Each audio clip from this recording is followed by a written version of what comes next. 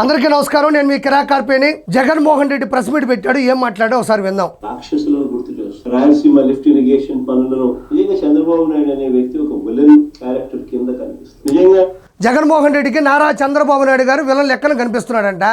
మరి 151 సీట్ల నుంచి 5 తీసేసి 11కి పడగొట్టిన వ్యక్తి జగన్మోహన్ రెడ్డి దృష్టిలో విలన్ గాక హీరో అవుతాడా? కాబట్టి ఈ రోజు అసెంబ్లీకి రావాలనే ధైర్యం లేకుండా పోయింది. యలహంక ప్యాలెస్ లో దాక్కుంటున్నాడు. ప్రతిపక్ష హోదా లేదు రాదు అని చెప్పి చిన్నపిల్లల్లో మారం చేస్తున్నాడు. మరి అలాంటి వ్యక్తికి వెన్నులో వణుకు పుట్టించినటువంటి చంద్రబాబు నాయుడు గారు విలన్లా కనబడకుండా హీరోలా ఎలా కనబడతాడు? బహుశా భారతదేశ చరిత్రలో ఇలాంటి చరిత్రహీనుడు బహుశా ఎవరు ఉండకపోవచ్చు. చరిత్రహీనుడంట. 4 దశాబ్దాల రాజకీయ చతురత, 4 సార్లు ముఖ్యమంత్రిగా ఆయన ఘనత. ఆయన చరిత్రహీనుడు ఎందుకు అవుతాడు? అన్నం పెట్టి అన్నా క్యాంటీన్లు కూల్చేసినోడివి, ప్రజావేదికని నేలమట్టం చేసినోడివి, టిట్కోయిలని ఆపేసినోడివి, సొంత చెల్లిని కన్న తల్లిని బయటకు పంపినోడివి, బాధ్యతలు చెప్తే బాబాయిని పైకి పంపినోడివి, సోషల్ మీడియాలో కన్న తండ్రి ఫోటో లేకుండా చేసినోడివి, చరిత్రహీనుడివి. నువ్వే మరో ఔరంగజేబ్. లక్షల కోట్ల రూపాయల జేబులో వేసుకున్న మరో ఔరంగజేబు నువ్వు. ఆయన మంత్రి కూడా రాయలసీమ లిఫ్ట్ అవసరం లేదు అని అంటూ చంద్రబాబు నాయుడు బరి తెగించి మాట్లాడడం. చంద్రబాబు నాయుడు గారు ఎప్పుడైనా బరి తెగించి మాట్లాడారా? చంద్రబాబు నాయుడు గారు నీ కార్యకర్తల్లాగా, నీ శ్రేణుల్లాగా, నీ నాయకుల్లాగా, నీ వర్గం లాగా, నీ మాదిరిలాగా ఆయన ఎప్పుడైనా బరి తెగించి మాట్లాడారా?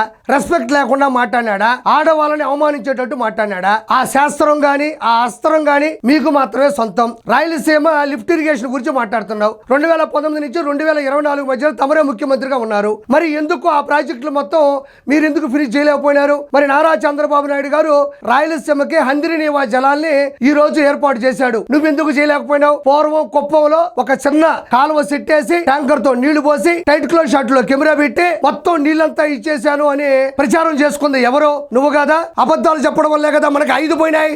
స్వలాభం కోసం ప్రజలకు ఎంతటి ద్రోహమైనా కూడా, ఎంతటి మోసమైనా చేయడానికి చంద్రబాబు నాయుడు అనే వ్యక్తి వెనకాడడు. తన స్వార్థం కోసం పిల్లనిచ్చిన మామను ఎన్టీ రామారావునైనా వెన్నుపోటు పొడుస్తాడు. తన స్వార్థం కోసం చంద్రబాబు నాయుడు జన్మనిచ్చిన సీమను కూడా ఏమాత్రం హెసిటేట్ చేయకుండా ఈ రోజు నారా చంద్రబాబు నాయుడు గారు వెన్నుపోటు పొడిచాడు అంటున్నావు. 1995 సెప్టెంబర్ 1వ తారీఖున నారా చంద్రబాబు నాయుడు గారు అప్పటికే ఉన్న పార్టీలో అప్పటికే గెలిచినటువంటి శాసన సభ్యుల ఆధారంతో వాళ్ళు ఇచ్చినటువంటి మద్దతుతో ముఖ్యమంత్రి అయ్యారు. దానికి నువ్వు నీకు సంబంధించిన వాళ్ళు సోషల్ మీడియాలో దశాబ్దాల కాలం నుంచి చెబుతున్న ఒకే ఒక మాట, నారా చంద్రబాబు నాయుడు గారు శాసనసభ్యుల్ని కొనేశాడు, పార్టీకి మోసం చేశాడు అంటున్నావు. మరి 1995 సెప్టెంబర్ 1వ తారీఖు అప్పటికే గెలిచిన శాసనసభ్యుల మద్దతు అయ్యాడు కాబట్టి అంటున్నావు. మరి వెంటనే వచ్చినటువంటి 1999 ఎలక్షన్స్ లో 294 సీట్లున్న అసెంబ్లీ ఎలక్షన్స్ లో ఉమ్మడి రాష్ట్రంలో ఆయన 180 సీట్లతో మళ్ళీ తిరిగి ముఖ్యమంత్రిగా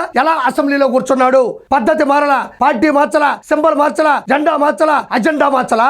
తప్పు చేసిన వాడే అయితే, మోసం చేసిన వాడే అయితే, వెన్నుపోటు పొడిచిన వాడే అయితే, పార్టీ లాక్కున్న వాడే అయితే అప్పటి ప్రజలు, అప్పటి అభిమానులు ఎందుకు వెంటనే వచ్చినటువంటి ఎలక్షన్స్ లో ఆయన ముఖ్యమంత్రిగా కూర్చోబెట్టారు?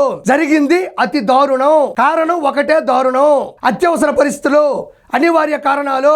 చంద్రబాబు నాయుడు పరిస్థితి ఏంటి అంటే ఓటుకు కోట్ల కేసులు ఆడియో వీడియోలతో అడ్డంగా దొరికిపోయిన చంద్రబాబు నాయుడు గారు నోరు మెదపలేని పరిస్థితి. నిజంగా ఈ ప్రాంతపు రైతన్నులు ఏదో గుడ్డగాల్చి మొహానేస్తే మసిపూసుకుంటారు అనేది ఎప్పటికీ జరగదు. నారా చంద్రబాబు నాయుడు గారు ఎప్పుడూ కూడా శ్వేతపత్రం, అది మచ్చలేనిది, మరకలేనిది. నీ మాదిరిగా 32 అక్రమాస్తుల కేసులో 16 ఏళ్ళు చెప్ప కూడా ఆయన తెల్లా. నీ మాదిరిగా సొంత తల్లి మీద ఏదో మార్కెట్ లోనో ఏదో ఏందదే, నీ మాదిరిగా ఏదో ఆస్తుల్లో పర్సంటేజ్ తగ్గిందని పాలిచ్చిన తల్లిని రోడ్డు మీద పడేలా, పసుపు చీర కట్టుకుందని సొంత చెల్లిని మీద దుర్భాషలు ఆడించలా, బాబాయ్ తండ్రి తర్వాత తండ్రి లాంటి బాబాయిని పైకి పంపించలా. దురదృష్టం ఏమిటంటే మా ప్రభుత్వం రాకపోవడం, ప్రభుత్వం మారిన తర్వాత ఈ ప్రాజెక్టుకు దురదృష్టకరం ఏంటంటేనంట ఈయన ప్రభుత్వం రాకపోవడం అంట. అది అదృష్టం కదా. నువ్వు ఎవరిని వదిలిపెట్టావు? తల్లి, తండ్రి, గురువు, దైవం. తల్లిని రోడ్డు మీద పడేశావు, తండ్రిని సోషల్ మీడియాలో లేకుండా చేసావు, టీచర్లు వైన్ షాపుల ముందు నిలబెట్టావు, దైవం వెంకటేశ్వర నాశనం చేద్దాం అనుకున్నావు. అందుకని ఈ రోజుకి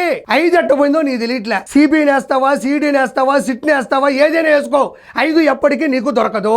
మళ్ళీ చంద్రగ్రహణం పట్టింది. రహస్య ఒప్పందం చేసుకుని రాష్ట్రానికి చంద్రగ్రహణం పట్టింది కేవలం జగనాసురుని వధించడానికి, రాజకీయాల నుంచి తప్పించడానికి, నీ నుంచి ప్రజల్ని కాపాడడానికి. చంద్రగ్రహణం అనేది చాలా గొప్పది. దాని గురించి ప్రజలు ప్రత్యేకంగా మాట్లాడుకోనక్కర్లేదు. ఒక బకాసురుణ్ణి, ఒక నరకాసురుణ్ణి, ఒక రావణాసురుణ్ణి కలిపి కాంబో చేస్తే అదే నువ్వు, అదే నీ చిక్కటి చిరునవ్వు. రాయలసీమకు తీరని అన్యాయం చేశాడు చంద్రబాబు నాయుడు. కేవలం జగన్ కి ఎక్కడ క్రెడిట్ వస్తుందో. జగన్మోహన్ రెడ్డి వేసినటువంటి ఈ జోక్ ని దయచేసి పగలబడి నవ్వండి. దీన్ని షేర్ చేయండి, లైక్ చేయండి, కామెంట్ చేయండి, దీన్ని వైరల్ చేయండి. జగన్మోహన్ రెడ్డి క్రెడిట్ వస్తాదని చెప్పేసి చంద్రబాబు నాయుడు గారు భయపడి ఆయన చేసిన పనులు కొనసాగించట్లేదంట, అసలు పనులే చేయట్లేదంట. మంచి జోక్ వేశాడు. దయచేసి దీన్ని స్టేటస్ గా పెట్టుకోండి. ప్రాజెక్టును కూని చేసే కార్యక్రమంలో చంద్రబాబు నాయుడు ఏకంగా కత్తి పెట్టుకొని కూని చేశాడు. అయ్యా చంద్రబాబు, నీవు అసలు మనిషివేనాయా? నీకు అసలు ఆయన మనిషి కాదయ్యా, మేం చెప్పేది కూడా అదే. ఆయన మనిషి కాదయ్యా, మనిషి రూపంలో ఉన్న దేవుడు. మనిషి అని ఎవరు చెప్పారు? మనిషి రూపంలో ఉన్న దేవుడు ఎవరైనా ఉన్నారు అంటే ఆంధ్ర రాష్ట్ర ప్రజల తరపున అది నారా చంద్రబాబు నాయుడు గారు. మనిషి కాదు, ఆయన దేవుడు. నువ్వు మనిషి కాదు, మహిషి అంటే రాక్షసుడివి. కన్ఫ్యూజన్ క్రియేట్ చేయాలనే ఉద్దేశంతో ఈ పెద్ద మనిషి చంద్రబాబు నాయుడు గారు ప్రజలు ఏడ గమనించారో లేదో, మొన్నేమో ఆర్కే రోజా చంద్రబాబు నాయుడు గారిని గురించి మాట్లాడుతూ గాడు అనింది. మళ్ళీ జగన్మోహన్ రెడ్డి కూడా గాడు అనడం మొదలెట్టాడు. అంటే ఇక్కడ జగన్మోహన్ రెడ్డి గురించి మనం కొంచెం బాధపడాలా, భయపడాల్సిన అవసరం లేదు. అతనికి సంస్కారం లేదు, చదువు లేదు, బాధ్యతలు చెప్పేటువంటి తల్లి దగ్గర లేదు. పోనీలే అన్నయ్య, ఎందుకు ఇలా మాట్లాడుతున్నావు అని చిన్నపాటి సలహాలు ఇచ్చే చెల్లి కూడా లేదు. మనిషి ఎలా తయారవుతాడు? నా అనుకున్న వాళ్ళు, రక్త సంబంధం ఉన్నవాళ్ళు దగ్గర లేకుండా ఉంటే ఎలా తయారవుతారు? ఇలా తయారవుతారు. ఒక ప్రజాస్వామ్యంలో ఒకప్పుడు ముఖ్యమంత్రిగా పనిచేసావు, ఇప్పుడు ప్రతిపక్ష నేతగా ఉన్నావు. నువ్వు ఎలాంటి మాటలు మాట్లాడుతావు అన్నది కూడా నువ్వు కంట్రోల్లో లేవు అంటే నిన్ను డిలీట్ చేసే అవకాశం దగ్గరలోనే ఉందని మరోసారి కోరుతుండా. నువ్వు మా నాయకుడిని పట్టుకుని గాడు అన్నప్పుడు తిరిగి నేను అదే పదాన్ని నీ మీద మాట్లాడటం అనేది నాకు ఎంతసేపు? తనకన్నా ఢిల్లీకి వెళ్ళి పర్మిషన్ తెచ్చుకోవాలా? మాట్లాడుతూ ఉంటే వాళ్ళకి ఎలా మంచి చేయాలి అనే ఆలోచన పుట్టవిన. దిక్కుమాలిన అబద్ధాలు, దిక్కుమాలిన మోసాలు. ప్రజల గురించి ఏ రోజు చీకు లేదు, చింత లేదు. చెప్పేటివన్నీ అబద్ధాలు, చేసేటివన్నీ దొంగపలు. నాకిక్కడ జగన్మోహన్ రెడ్డి మాట్లాడుతుంటే ఎదురుగా అద్దం పెట్టుకొని ఆయన గురించి ఆయన మాట్లాడుకుంటున్నాడేమో అనిపించింది. ఈ చివరిలో చెప్పిన మాటలన్నీ కూడా ఆయన గురించి జనాలు మాట్లాడుకునే మాటలు. మరి ఎడ తెలిసాయో తెలియదు కానీ ఎదురుగా అద్దం పెట్టుకొని ఈ మాటలన్నీ తనను తాను చూసుకుంటూ మాట్లాడుకున్నట్టు అనిపిస్తా ఉంది. డ్రామాస్ ప్లే చేసి భావోద్వేగాలను రెచ్చగొట్టి ఇరు ప్రాంతాల ప్రజలకు మధ్య గొడవలు క్రియేట్ చేసే కార్యక్రమం చేస్తా ఉన్నారు. తప్పదు.